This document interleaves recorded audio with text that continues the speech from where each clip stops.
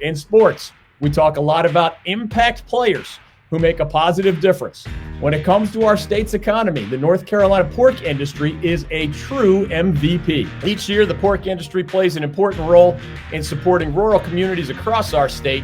It contributes more than $10 billion a year to the North Carolina economy and supports more than 44,000 jobs. Learn more about their positive impact at ncpork.org.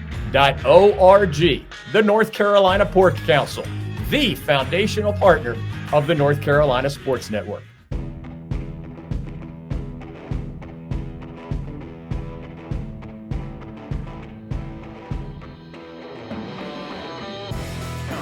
Welcome back to the David Glenn Show. You know, during March Madness, we've been tracking down some of those legends of March. A little Shane Battier, a little Christian Laettner. How about our next guest from Gastonia, North Carolina, a national champion and National Player of the Year with the North Carolina Tar Heels, the most outstanding player of the 1982 Final Four, and a 7-time NBA All-Star, 3-time NBA champion with the LA Lakers. James Worthy is with us. James, good to have you with us. How are you? How's everything? Good to be with you this morning. How you doing? We're doing very, very well and excited to talk to you. We think March Madness. We think great players. We think you and a lot of other folks.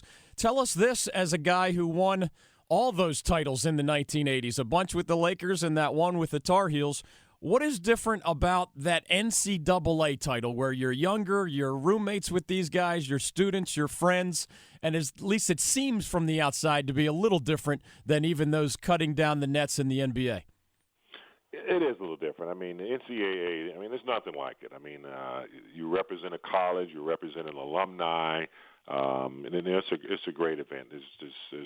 There's not as much pressure as the NBA. The NBA, you're getting paid. There's a lot of media. There's a lot of critiquing. But I think on the college level, because you don't get that opportunity that often, you don't get to the Final Four too many times, in college. So to me, it was a great experience winning Coach Smith's first one. We were fortunate to get back after losing in 1981. We were able to get back in 82. So, you don't get that opportunity too many times. The Cinderella story. There's so many great college teams out there. So I'd have to say that the NCAA is a little bit more exciting. The NBA is a lot more pressure. So when you do win at the NBA level, it's a big relief. But nothing like college basketball. I'm not sure how many anniversaries James Worthy gets to celebrate in his life, but tomorrow is actually the 30th anniversary of that 1982 NCAA title game. I imagine when people recognize you, James, there's 100 different things that could come up. How often is that first question or comment to you from a stranger maybe about the Fred Brown pass or something else about that day from just about 30 years ago? Well, the first thing they ask me is they're scratching their head. They say, "Aren't you that guy that played with Michael Jordan?" And I say, "Yeah, I played with Michael Jordan." Then they remember the pass. But, that's a big question. The big question is, what was I doing in that position? It was just some of the worst defense I've ever played. Fred Brown picked his dribble up, and he was about to pass in my direction. So I went for the pump fake and jumped so far out into the passing lane that I ended up kind of behind him. Right. And with the count going down, I think it was about 1,003, 1,004. He had to get rid of it, so he panicked, and I think he may have seen me out of the corner of his eye with his peripheral vision. Yeah. He thought I was on his team. So at that point, I didn't know what to do. I just tried to dribble out the time, but. Some of the worst defense in my life that ended up pretty good. Did Coach Smith joke with you about that afterward? Because, he's a stickler for detail. It's a big no-no. It's a big no-no. He was the first to say, well, James was totally out of position on that play. He should have been there. And I was, but I think he, because I was thinking if a shot goes up, I'm out of position. Shots missed, and my guy tips it in. I'm not good. So risky, but worked out okay. James Worthy is joining us on the David Glenn Show. He's going to be a part of something fun emanating from New Orleans this weekend where you can actually participate in a Google Plus Hangout with James live this Saturday morning. And all you need to do really is submit questions for James to Allstate via their Facebook page, their Google Plus, or their Twitter pages. Use the hashtag AskJamesW. Hey, you've been on a lot of airplanes and in a lot of cities over the years. 1982, of course, the setting for the Tar Heels title was New Orleans. Now this year's Final Four back in New Orleans. You have your role in it in your post-playing career. Is there a special smile or tingle that that comes to James Worthy's face or otherwise when you either revisit New Orleans because of what happened almost 30 years ago? Amazing. It was amazing playing in the Dome and playing against a great Georgetown team. Yeah, I like New Orleans. You get a good po' boy sandwich and you get an NCAA championship at the same time. It was all good. But if I'm not mistaken, I know we won there in '82, but did Coach Smith win there in '93 as well? I think you're correct. That's right. I'm right. So New Orleans is good for the Tar Heels. It wasn't this year, but it's a great city, and it's just a great place to have a Final Four because of the history there, the culture.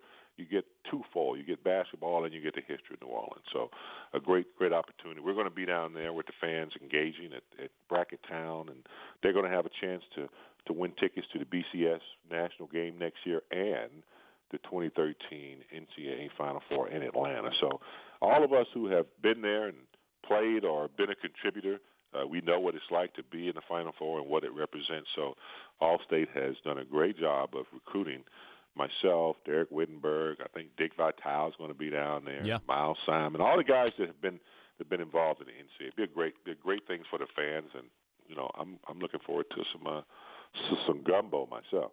James Worthy is joining us on the David Glenn Show. Looking back, James, now that we have the advantage of hindsight, I mean, Jimmy Black, who's a guest on our show here in North Carolina, successful business person. Michael Jordan, of course, goes on to become this icon. You're this 50 greatest players in NBA history and three-time NBA champion. Matt Doherty goes on to become a head coach in major college basketball.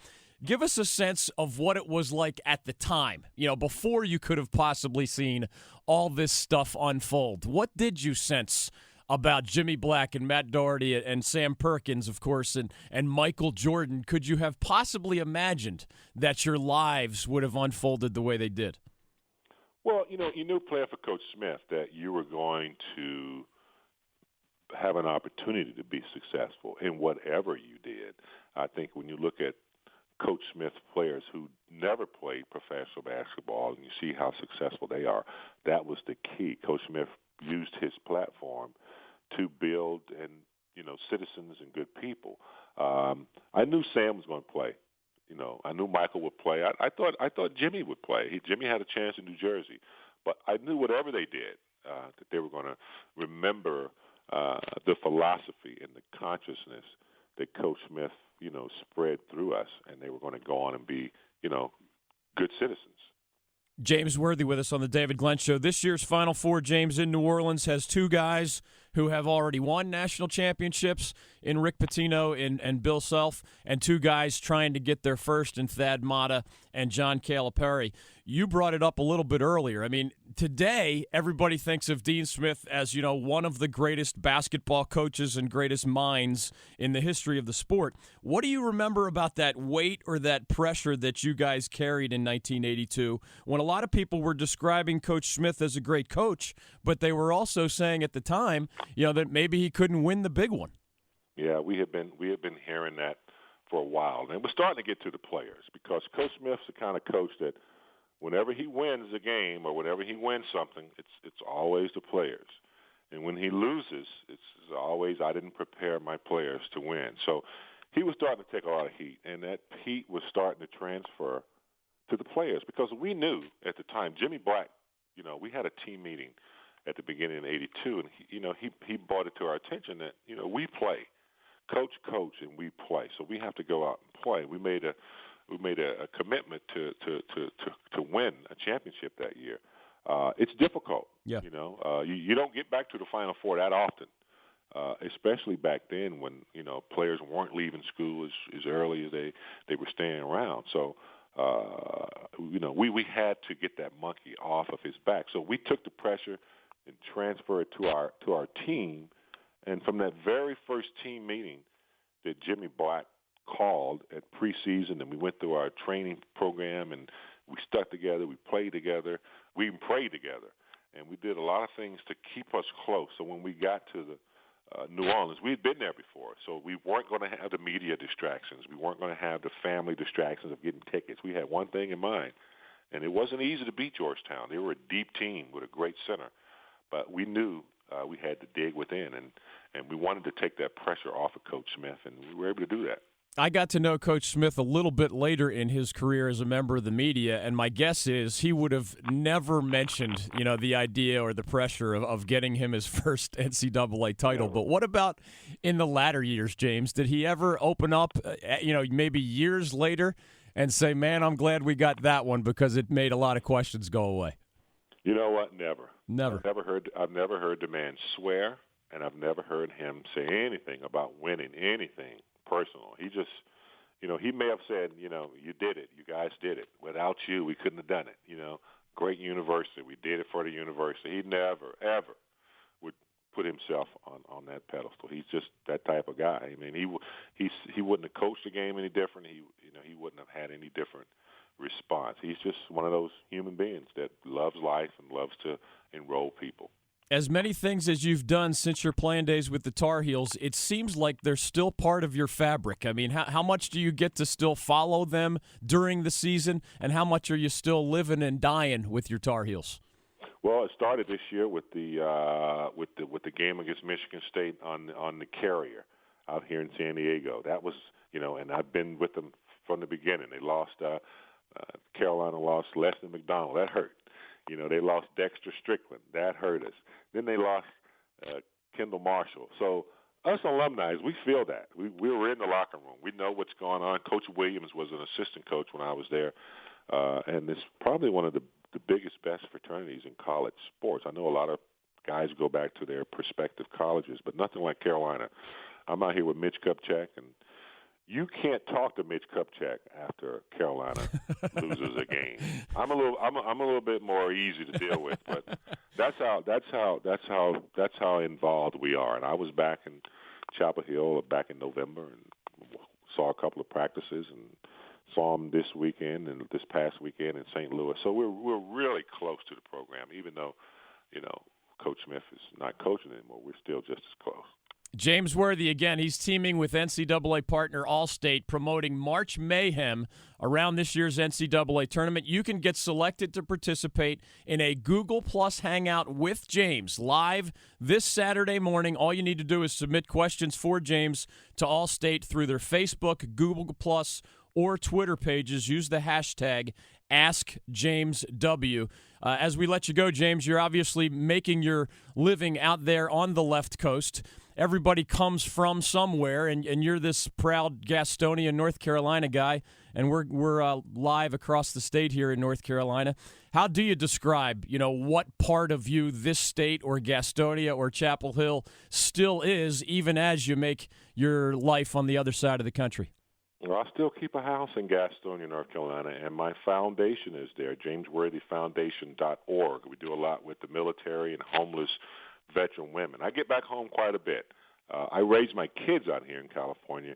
They're Californians. They haven't really picked up on the sweet tea and Chick-fil-A yet, but I get back home twice a month, whenever necessary. I have relatives that live in Raleigh, Chapel Hill, so I get back there quite a bit. I'm kind of bi-coastal now, even though I'm doing a lot of the Laker games, pre-game and halftime stuff are here. But my heart's still in Gastonia and North Carolina, and I've gotten a little bit older now. I can move around and travel, so I get back home quite a bit. We do a lot in Charlotte. We'll be there for the DNC this year, working with some of the local entities in the state as we try to help communities sustain themselves. We try to mentor a lot of kids and their families. So that's where my heart is, and I'll get back there permanently one day. James Worthy, one of the legends of basketball, one of the legends of March Madness. Congratulations. It sounds weird to say happy anniversary to you, but that 1982 National Championship game 30 years ago. Thanks for the visit. Have fun in New Orleans and keep up the good work. All the best, guys. You too. James Worthy, Gastonia, North Carolina. He was that leading scorer back in 1982. First team All-American, National Player of the Year, Final Four Most Outstanding Player. The bad defense but turnover beneficiary anyway against Georgetown when Fred Brown threw him that infamous pass. He went on to be that first pick by the LA Lakers in the 1982 draft, 7-time NBA All-Star, 3-time NBA champion, in New Orleans as the player at the Final Four 30 years ago and the star for the Tar Heels back in New Orleans this year. And again, you can be a part of a Google Plus Hangout with him this Saturday morning. All you need to do is submit questions for James Worthy to Allstate via their Facebook page, Google Plus page, or Twitter page. Use the hashtag AskJamesW. Questions can be about anything, especially college hoops. Of course, Allstate is going to choose people for the Google Plus Hangout based on their questions to participate in the live event on Saturday. 1-800-849-2761 is your chance to jump into the program. We're glad you're with us on the David Glenn Show.